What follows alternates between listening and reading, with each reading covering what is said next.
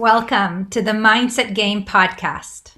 I'm your host, Viva Kogan, and I'm absolutely delighted and very grateful to have a special guest with us today, Dr. Kate Truitt.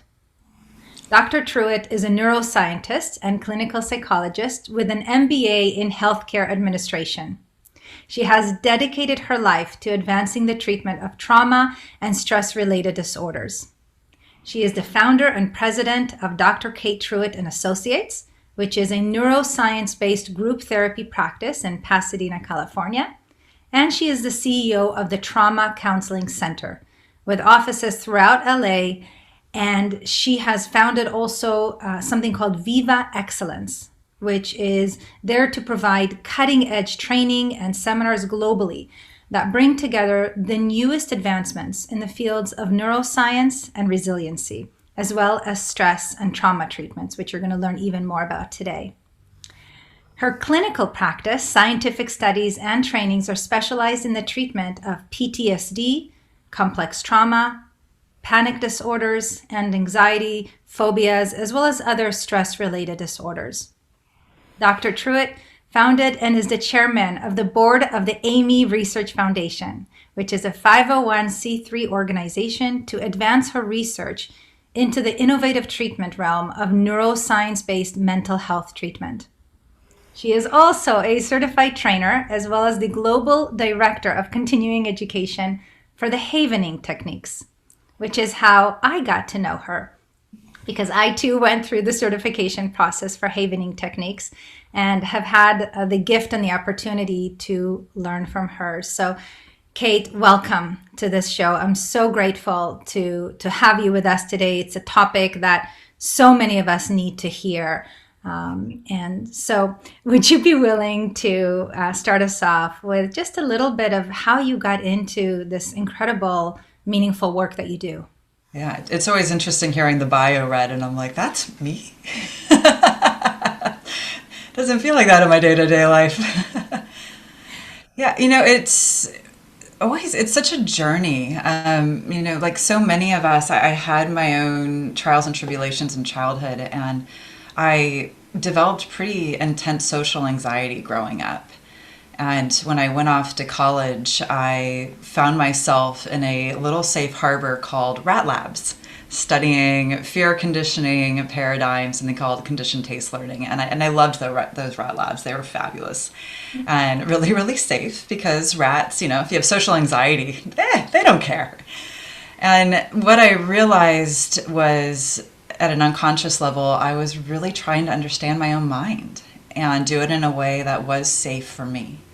And I was able to link up in my university. I went to Loyola Marymount University out here in Los Angeles, and I had a great psychologist who really helped me start deepening my understanding of my own fear, my own anxiety, and how all of my experiences through my childhood played a role in creating who I was in my early 20s, late teens. And it started just opening a whole new chapter in my life. And I decided to go to graduate school, and I've always I come from an entrepreneurial family. I started reading business books. It's so funny. I remember reading Stephen Covey when I was like 15 or 16 years old. I just always knew that I would have a framework, or I wanted to have a framework for both business and mental health treatment as I started to become more in relationship with my own amygdala, which I know we'll be talking a lot about today. And when I found my purpose and started really understanding the brain science of what was happening to create so much fear and anxiety, I started to become empowered in my healing journey. And that was where my own stress, anxiety started to shift. And I started living a servant leader life and really changing who I was in the world, which then brought me into everything that I'm doing today. And then finding havening really just changed the paradigm completely, because it really just put me back in my core center of, and I can believe in myself, and I can be confident, because I now knew how to get all those neural networks from the past to sustainably step back. So it's been an incredible journey of self-awareness, and I think the paradigm of neuroscience and mental health treatment for me was born out of my own story of understanding the brain and studying it intensively as a psychophysiologist and a neuroscientist gave me permission to look at my shame and my guilt and my anxiety and say, oh, that's just my brain. That's not me. That's my brain, and that's my amygdala trying to keep me safe. Let's change the narrative. Or as you talk about the screen, let's change the screen. And that's where it all came from. That was just kind of me going, I like rats. They don't judge. Well, I'm so grateful that you shared that story because I imagine many of the people listening are experiencing some level of distressing emotions. Maybe, like you, it's shame, guilt, anxiety, maybe, as you said, some kind of a social anxiety or, especially over COVID with many of us now coming back or, we're going back and forth or going back and isolating again. And there's also a lot of confusion around that, I imagine, for the body. And so, as you know, this is a podcast about mindset, about how our habitual thoughts impact, of course, our emotional state and ultimately our behavior and our results. So how do traumatic experiences from our childhood, like some of what you touched on or referred to, how do they actually inform our mindset? In a pretty big way, for better or for worse. I always like to talk to my patients about the fact that we have one brain. And that brain goes with us wherever we go. And one of the most rapid processing centers of our brain, which is the amygdala I mentioned earlier, is in charge of ensuring we stay alive. And that part of our brain is kind of gotten a bad rap about only being about fight, flight, or freeze, but the amygdala is actually involved in all of our emotional states. And it really is just focusing on how do I put one foot in front of the other and keep breathing every time I turn the page to a new day. And so in our childhood, we are dependent on our caretakers. They are the surrogates for our brain and our body. They teach us who and how we need to be in the world to ensure our survival. Because we need our village, especially as children. We're pretty weak and vulnerable. Even as adults, our organism's not really that. Against a tiger, we're not going to win, right? So we need each other. And when we have childhoods that are rough or where there's neglect or abuse or trauma, where we're being bullied, and now in the 21st century, we bring in cyberbullying and all these new levels, the brain is receiving all of that and using it as a way to make a narrative of who we are in the world and who we need to be so that we can keep breathing and keep putting one foot in front of the other. And so that travels with us across the course of our life. And there's this experience that happens in adolescence where it's almost like a snake shedding its skin, but our brain's doing it, where it's going, here's the things I need to keep to stay alive, and here's the things I don't need so much. And so if in our childhood we've been taught, well, to stay alive, you need to be hypervigilant. To stay alive, you need to remember that you're not good enough. To stay alive, you need to be perfect. To stay alive, you need to fill in the blank with any million different stories. The brain links into that and remembers it and might drop off the parts of, oh, but you can believe in yourself and you can be confident if those weren't primary messages. And so the brain is formed through those lenses, and then those follow us until we take intentional steps to change our mindset, whether that be at a cognitive level, the thinking brain, or whether that be at this more limbic primal level, which is the work that we do with the neurobiological interventions such as havening or EMDR, the other modalities that allow us to work at this deeper level with our system. You did such a wonderful job of explaining that, how we go through this process. We all do. And as you shared earlier, that it's not us, it's our brain. Yeah. And that in and of itself is, I imagine, soothing for some people to know. Mm-hmm. And so what about if some people listening right now are thinking, but I've never had trauma, I've never been neglected, I've never been abused, I've never been bullied. Why am I, struggling with my mindset or self-sabotaging? Yeah, one of the things you're kind of referring to there is what we call small T versus big T trauma. So big T trauma gets all the attention. That's where we look at those adverse childhood experiences. So, the stuff that makes the news, or as one of my team members used to say, the stuff that you'd find on the Special Victims Units episodes. The small T trauma is actually way more insidious. Because that tends to be the stuff that erodes and shows up in tiny little micro ways that we're not aware of. And it's laying down tracks alongside us. And we all have small T traumas. That we're living in one right now, the pandemic. Some people would say, well, this is a big T trauma, but it's a lot of stress and it's a lot of allostatic load. And for some people, it is a big T trauma.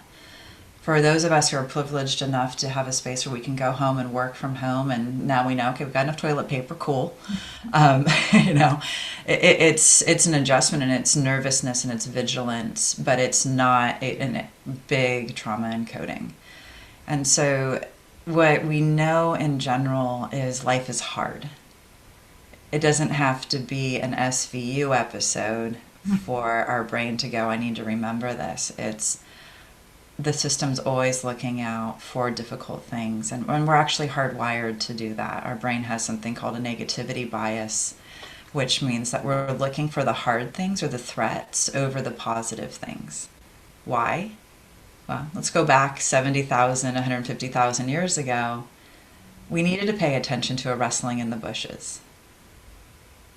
That was way more important than, oh, the sky is sunny and bright today, and look at the wonderful oak tree that I'm sitting under.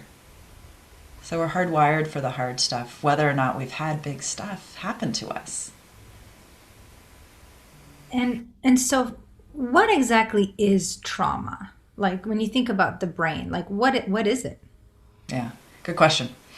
So to the point of the conversation we're just having, big T trauma is an experience that's big enough that a very specific electrochemical cascade happens where our amygdala basically says, I'm remembering this forever. I'm always going to carry this around with me because if anything even similar to it happens again, I know that this is now a threat to life. And then that generalizes out. There's something called stress-induced structural plasticity. And what that is, it's where the amygdala is going, I've remembered this thing, and it's pinging off of all these other memory centers. And I like to think about it as building freeways of fear or shame or guilt or whatever it might be through the system, saying, this is now the framework that we live our life through. As you know, as a havener, we have a modality we use called transpirational havening, and that's what we're targeting with that modality when we use that clinically, are those neurological frameworks or those networks. And then there's also this kind of general nebulous experience of stress, which sometimes gets put under the trauma headline, but that's why in the DSM, the Diagnostic and Statistical Manual, we talk about trauma and stress-related disorders. So the stress is where our amygdala is still involved, but we're not necessarily encoding on the amygdala a life or death moment. Doesn't mean that the brain's not still paying attention and building a vigilance. And that tends to be where we get, somebody who has a lot of stress and now has cardiac consideration. Or somebody has generalized anxiety. That's where or burnout is a perfect and also a timely representation of this for where so many people are right here, right now. It's just enough of a building. And then it can cross over to trauma. But frequently it's because of the building up. It's the thing that breaks the amygdala's back at that point that becomes the trauma encoding. Yeah, just this morning I did a presentation for a company here in town on resilience. And I started out by asking them, how are you feeling right now? Like, go ahead and label the emotion. I heard 3 frustrateds, a couple of anxious, a couple of overwhelmed, 1 excited, 1 happy, but even that was blended with anxiety. So what you're sharing is very real, especially these days.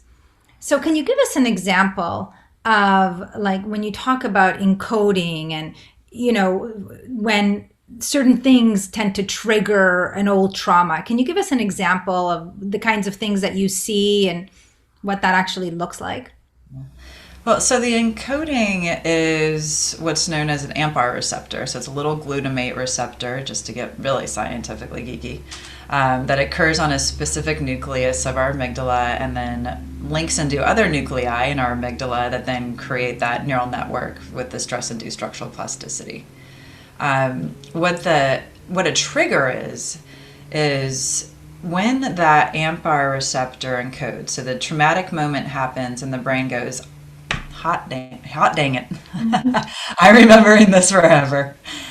And in that moment, it's remembering everything we're seeing, smelling, tasting, touching, hearing. Our amygdala's primary language is the senses. And so it's encoding all of that stuff into it. And then 2 months later, 6 months later, 10 years later, something happens where our brain goes, that sensory experience is just like this other sensory experience in the past that was big enough for me to remember it forever. Now I'm going to freak out because the brain thinks that that past thing is happening right here, right now, in this current moment. Our amygdala is not good at time. In fact, there's a part of our brain that is our time detector and lets us know that time is passing. And in trauma encoding, that part of our brain goes offline. That's why trauma can feel like it's forever. And when we're in a trauma trigger, when we're having a panic attack, or when we're acting out a past trauma, time is not available to us. It feels like it's going on forever and it will never end. What's coming to mind as you shared that is an experience that I had recently. We have a little dog named Kiwi. She's a little Maltipoo puppy. I saw your sweet little Tinkerbell also in the office before we started speaking. And there was one day a little bit after we got her and we were in the backyard, and for a moment I kind of took my eyes off of her. Now I live in Arizona and we've got coyotes and all kinds of things. Snakes and just a little one. Yes, exactly. So you hear things. Yeah. So I was already kind of informed that things could happen. And at some point I just didn't see her. I couldn't find her. So I start calling her name, and one of my daughters who was in the house and runs out, we're running around like crazy, can't find her. It felt like an hour. I think the whole thing might have been 2 minutes before we found her hiding somewhere. But I think that was real trauma now that I think about it, because last week we were in Mexico with my family, and our dog Kiwi was with us, and my husband let her off the leash just to kind of run around on the beach. And I went into like panic. What are you doing? What are you doing? Because I think my body remembered her being away. So can you explain to me what actually happened in my body, in my brain with all of that? Yeah. Well, so the first time that she disappeared, you had a anticipatory framework that was available because you've heard stories third person or second person about other people and their pets, their whatever might have happened living in Arizona. And so even if you hadn't had a first person experience with it, your brain had heard those stories prior to little Kiwi at 2 months old disappearing. And so had a vigilance around this possibly happening. In that moment, you took your eyes off her, you turn back, she disappears, your brain is going, I know what happened. And is using that previous information now to inform the current fear story. And I like to talk about how our little friend Amy, the amygdala, is the best fear narrator. She's like the choose your own adventure storyteller of doom if we let her run the story. And so your brain's going, oh, it could be this, it could be this, it could be this. And this precious little bundle of fur is now missing, and she's not coming forward. And then I would imagine that was even further heightened now as your daughter comes in and joins in the hunt. Because now you have your involvement, you have other family members who are participating in this. I don't know if this is true, but I've heard different variations of similar stories with patients where now they're going, oh my gosh, this is the family dog. It's my fault. I was supposed to be watching her. And now you've got guilt and shame. So you've got right amygdala, which is fear, left amygdala, which is the responsibility to the village and others. And oh, I've let my team down. I've let my family down. And I've let this little dog down. All looping into your amygdala going, this better not happen again. And if we find her, we're going to do everything we can to remember this so that this never happens again. And then you just tucked it away and your brain went, high five, Vered. This is never going to happen again. We got this. So it doesn't have to be, it's like trauma is not something that's necessarily screaming at us, disrupting our day-to-day life. It's like it can be a compartmentalized library book that our brain's just waiting for the next time we need to pull that book off the shelf so that we can intervene and make sure the bad thing that happened back there doesn't happen again. So this past weekend, Mexico, with Kiwi on the beach, husband leads down, takes the leash off, and your amygdala is pulling that book off the shelf going, I'm throwing the book at you, buddy. No, we're not doing this. And then your amygdala jumps on board and takes over.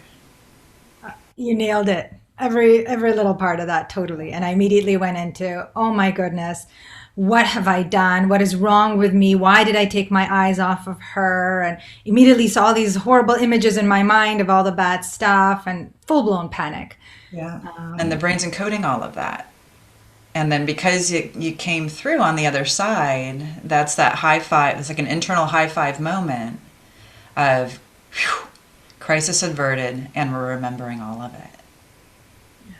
And then if to go back to the childhood piece, now imagine that this is a very different experience with a child who's anticipating getting hit and does something and managed to avert getting hit in that moment. The brain's now learned, oh, this is how I stay safe. Anytime I see that experience on my parent's face, that quirked eyebrow, that tightening in the jaw, this is how I need to behave to stay safe. Same thing. And then anytime they see that facial expression, their brain pulls that book off the shelf and says, I know how to behave.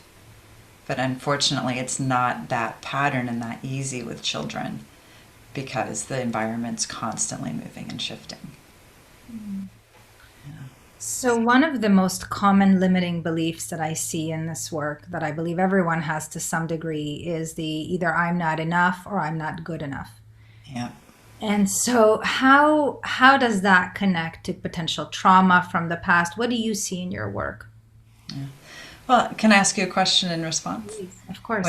When you see that coming up for your clients, is that statement in any way protective for them?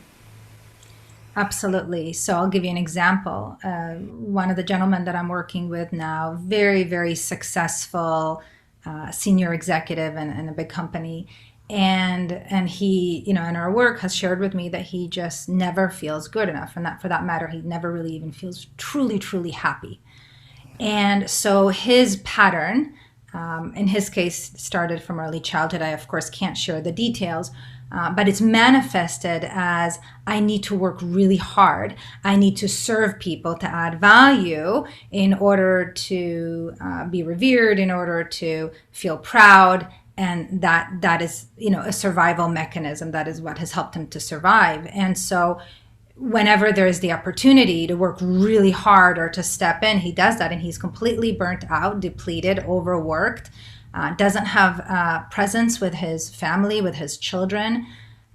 So all kinds of effects, but that's kind of one manifestation of that belief that I see. Yeah. Yeah, absolutely. And so the protective piece is constantly earning and proving the value. So if we go to the village idea, I am valuable to my village. And because my value is what we call external locus of control or externally defined out here, then it's absent inside. And so the sense of value is constantly hinging on the feedback loop from the outside world. And as we know, being centered in ourselves and being able to sink back and go, oh, I'm okay. Even if it's just as little as that, I'm okay, is critical for survival.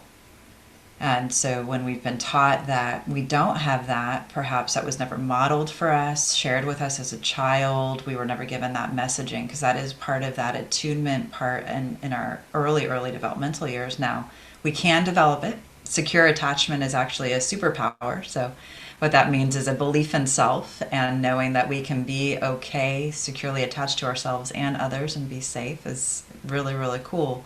But that's part of transcending the experience of the world defines me. So a little interesting tidbit is most highly, highly successful people have experienced some version of imposter syndrome in their life. And many of them live with imposter syndrome on a day-to-day basis. And partly why they are so successful is that internal drive.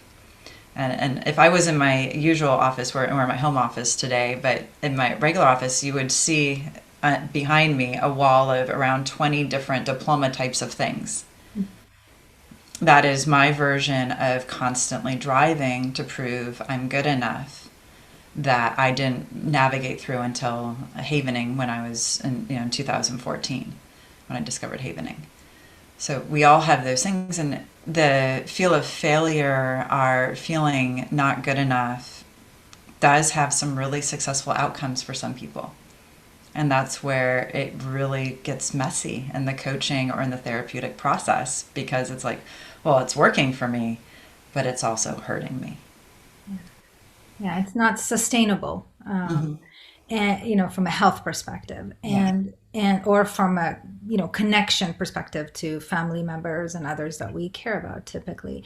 So That's in my work, what we talk about, and imagine you do, whether you use these words or not, is we want to shift from kind of moving away from something, right, to moving towards something. yeah. Right. So I'm still going to achieve what I want to achieve and still have that drive and motivation, but it's not because I'm running away from the tiger or running away from, the potential hurt, but rather moving towards feeling even better.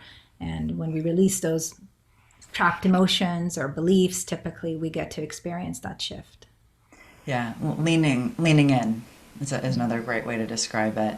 And it's yeah, I like to think of our amygdala as having three core values, and the first one being, am I safe? Because obviously safety is number one. Am I lovable? And can I be successful? And not successful in terms of how we might view it in the 21st century world of followers on Instagram or dollars in the bank or wearing the right shoes, but successful as in I am a meaningful contributor to my village, and my village is choosing to meaningfully contribute to me.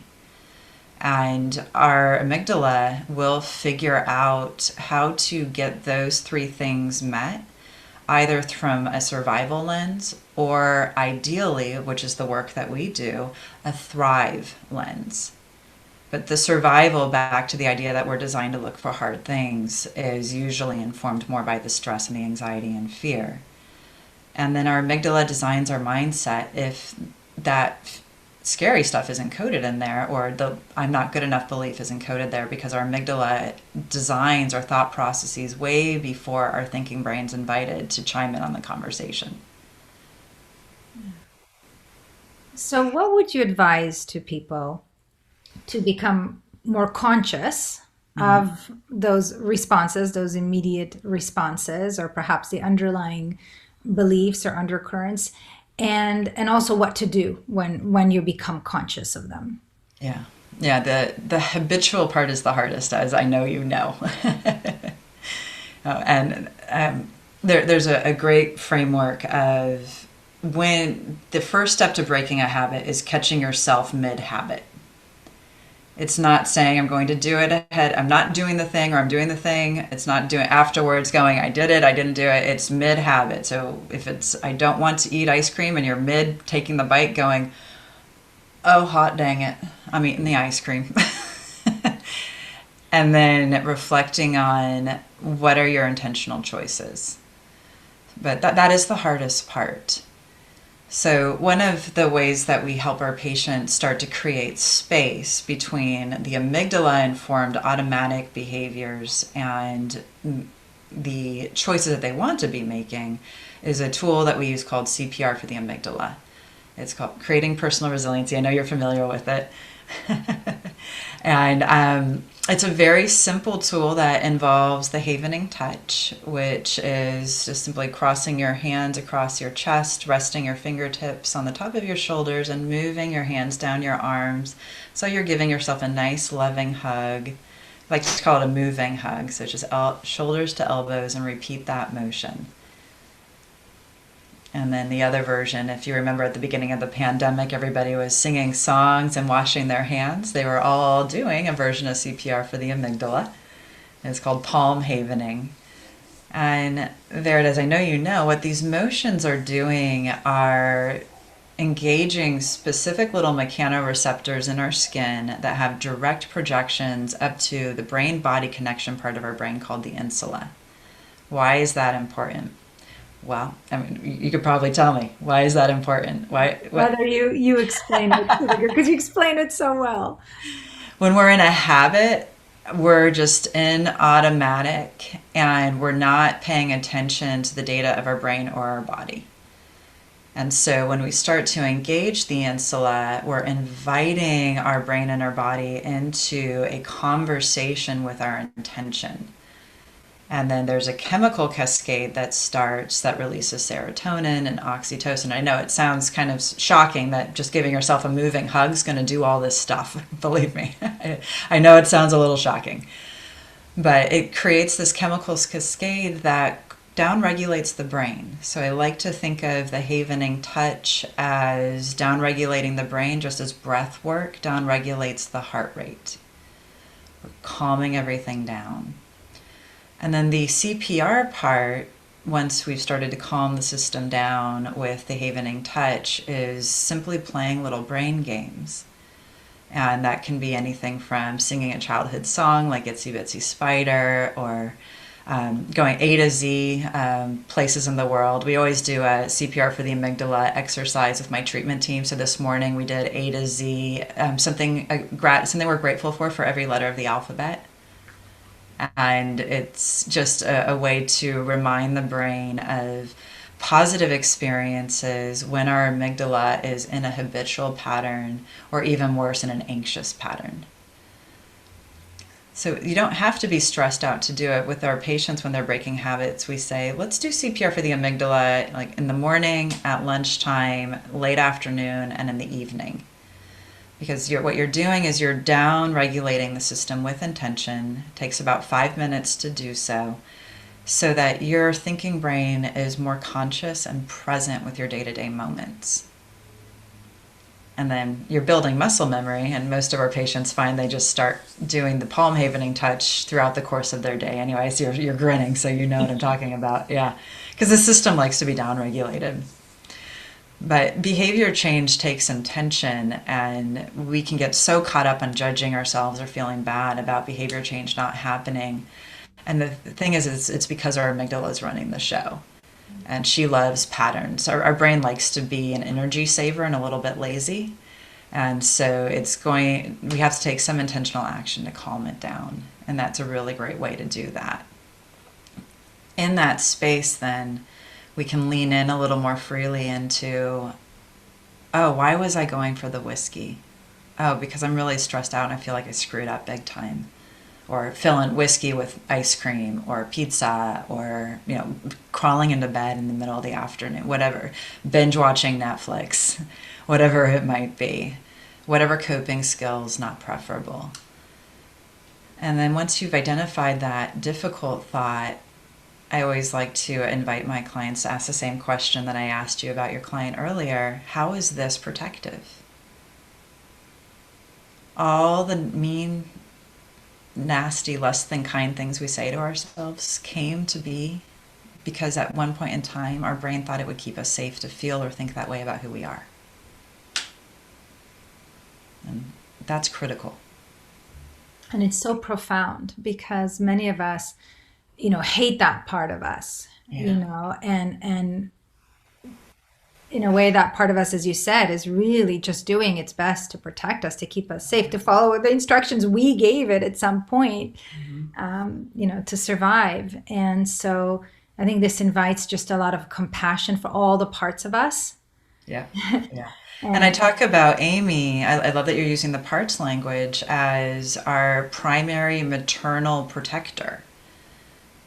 She is a fierce mama bear, and she's going to do whatever she can to keep us safe. So the Amy is a part of us, and when Amy is beating us up, we're not beating ourselves up. It's this fierce protector part that's scared for our life. and saying, you need to feel small or stay small. So I'm going to call you stupid so that you back up and don't lean in and be big and be seen, because that's scary and could kill you. Because she's primal. She thinks in life and death notions. Yeah. But it's really the brain trying to take care of us. So she's a part of us. And it's so empowering to know, Kate, that there are simple techniques that we could do, like havening, right? Yeah. With the palms, or as you said, kind of down the shoulders, that can allow that part of us to feel that safe haven, to feel that soothing touch, and to calm down, to know it's okay. It's okay. You even kind of said to repeat those words to ourselves. It's okay. Yeah. Right? Yeah. Well, and once a thought or a less than preferable consideration has been identified, even if there's time to have a conversation with it. So we'll do what dominant, non-dominant handed journaling, so that the self will write with the dominant hand, hey, why are you here right now? What's going on? And then swap hands, I'm obviously right-handed, swap hands in the non-dominant hand, which is speaking from the amygdala, or the scared part, or the angry part, the part that is calling us a name. We go, well, you're really screwing up. You need to do something different.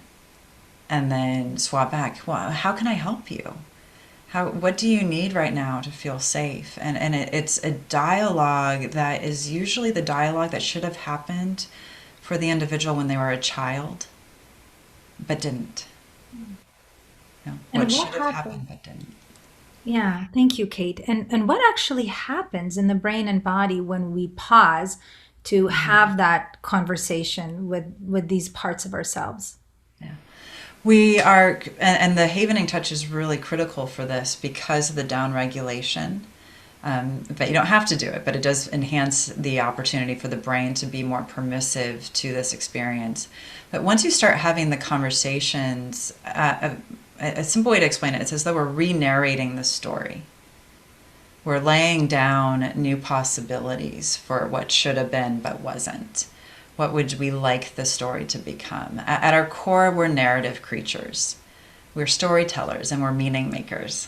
And what we want is our meaning making to be coming from our self brain, not from our fear brain, or our self brain, in our heart, our true, authentic, connected self. And so we're showing the fear brain, hey, I see you, you matter, I care about you. And then let's take that down to a neurobiological level. Most of our encodings, if we have these neural networks for I'm not good enough, I'm stupid, I can't do it, I'm a failure, they go all the way back to very early childhood encodings. And again, it doesn't have to be a big T trauma. I remember I'm mildly dyslexic, and I have something special called spatial agnosia, which is just bizarre and weird. But trust me, in the 80s, nobody was paying attention to that stuff, right? We were lining up to get checked for scoliosis. We were not getting checked for learning disorders. And I remember reading, oh, goodness gracious, The Garden, The Secret Garden. And it's the first real book I had. I was a little girl, and I was sitting there, and I would look at each page, and I would count to the count about 30 or 60 in my head, and then turn to the next page. And I was sitting in the family room. I wanted everybody to see me reading. I wasn't reading. I couldn't read. And eventually my older sister walked by. Now, this is just an innocuous sibling moment, right? But eventually my older sister walks by, plucks the book out of my hand, and goes, "Stupid, you've been holding it upside down for an hour," and sticks it back into my hands, the right side up. My little sweet brain learned something important that day about who I was. Because I was trying to be cool because my sister read. But instead I was a failure, I was stupid. And that was a label that, back to all those diplomas, that I didn't realize that was a core encoding moment for how I learned to fight for my value and my worth, because intellectual acuity was a big part of my family system. So those are these tiny moments that our brain links into. And so when we have these conversations, it's as though I'm going back to, I was called Katie as a little girl. And I'm checking in and going like, "Hey, Katie, what do you need in this moment?" Rather than what I did, which is kind of dissolve into a tiny ball on the sofa of shame. Because I just wanted to be cool. and didn't know how to be and instead was stupid. Yeah. And we all have those moments, right? I mean, I'm sure that you can source back to your version. They're just these innocuous moments that our brain goes, uh-oh, my village just told me that something I did is not acceptable. And that's the purpose of shame. It's to say, don't do that thing. But then our brain can create a story out of it. That is a very powerful story. And I imagine that everyone listening, as you said, has some version of that. And so, what you are suggesting to us is to notice it when it shows up to the best of our ability, mid habit ideally, Yeah. and do some self havening. CPR, self-havening, and a brain game. That's all That's it is. right. And a Yeah. brain game to kind of distract ourselves as we self haven and Mm-hmm. soothe the body and mind. And then to journal, as you said, with our dominant hand and non dominant hand, to have that conversation with the parts of us. And now, will that actually create real changes in our brain when we do that?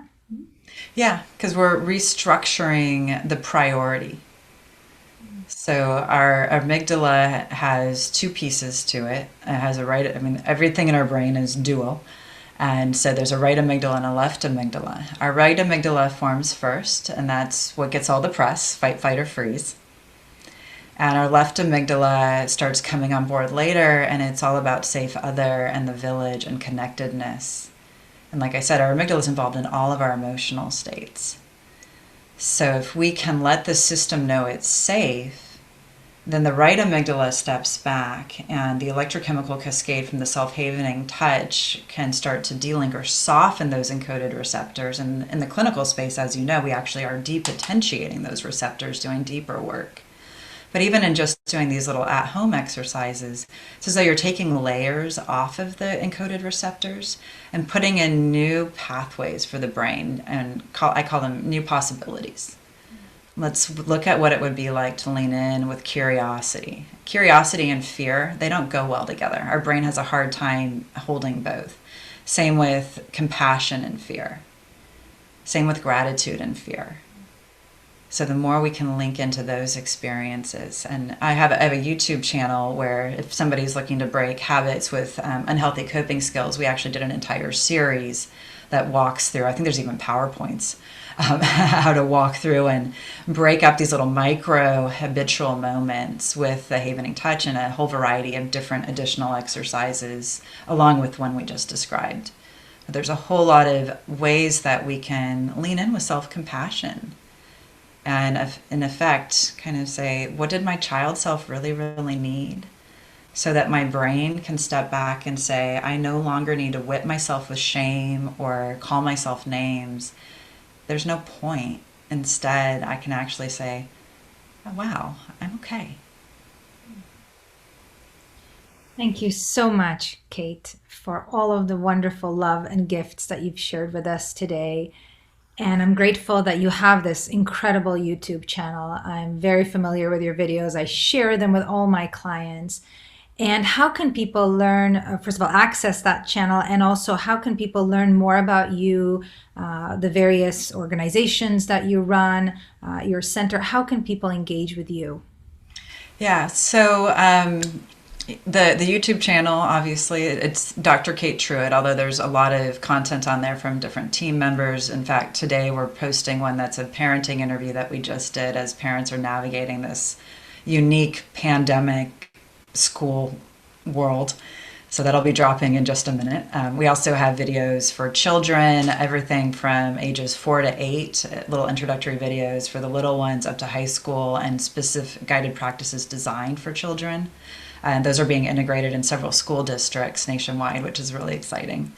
So that's one way to just get a lot of free content about what we do. We're very shareware, me and my team. Otherwise, we have drtruitt.com is our main clinical practice. We have a lot of blogs on there. Follow me on Instagram. I'm also on Clubhouse. I'm trying to get more involved on Clubhouse. It's such a great medium. But we do a Psych 101 group every Thursday at 1 p.m. where we have a major topic that we focus on, and a group of neuroscientists come together and talk about neuroscience and psychology, and it's just a free resource that we do every week on Clubhouse. And everything is basically my name, Dr. Kate Truitt. People call me Dr. Kate. And then we have a couple of books that'll be coming out in January, and so we'll have some more resources then. Those are probably the main ways: website, YouTube, Instagram, and probably Clubhouse. Yeah. Well, thank you once again for all the wonderful resources that you share with our world, these wonderful tools that people can do on their own anytime to soothe themselves, to support their families, their team members, because we all deserve to feel good and to love all the parts of us. Yeah. And I'm just really grateful for the good work that you do in our world and in the Havening community in particular. Thank you. Well, thank you. And I just realized I completely forgot to plug. In November, I have a self-havening workshop coming up that I do in partnership with a nonprofit called Echo Training. And they host it. If you go to my website, Viva Excellence, you'll be able to link it there. And then I'm doing another workshop in October. So before that one, that is an integration of mindfulness practices with havening that is designed both for the general public as well as for practitioners. So we'll have APA, LMFT, LP social workers, CE credits for the clinical community, and just a whole host of really wonderful tools for the general population at large. Well, thank you again, Kate, for your time, for your incredible, wonderful insights and tools for us today.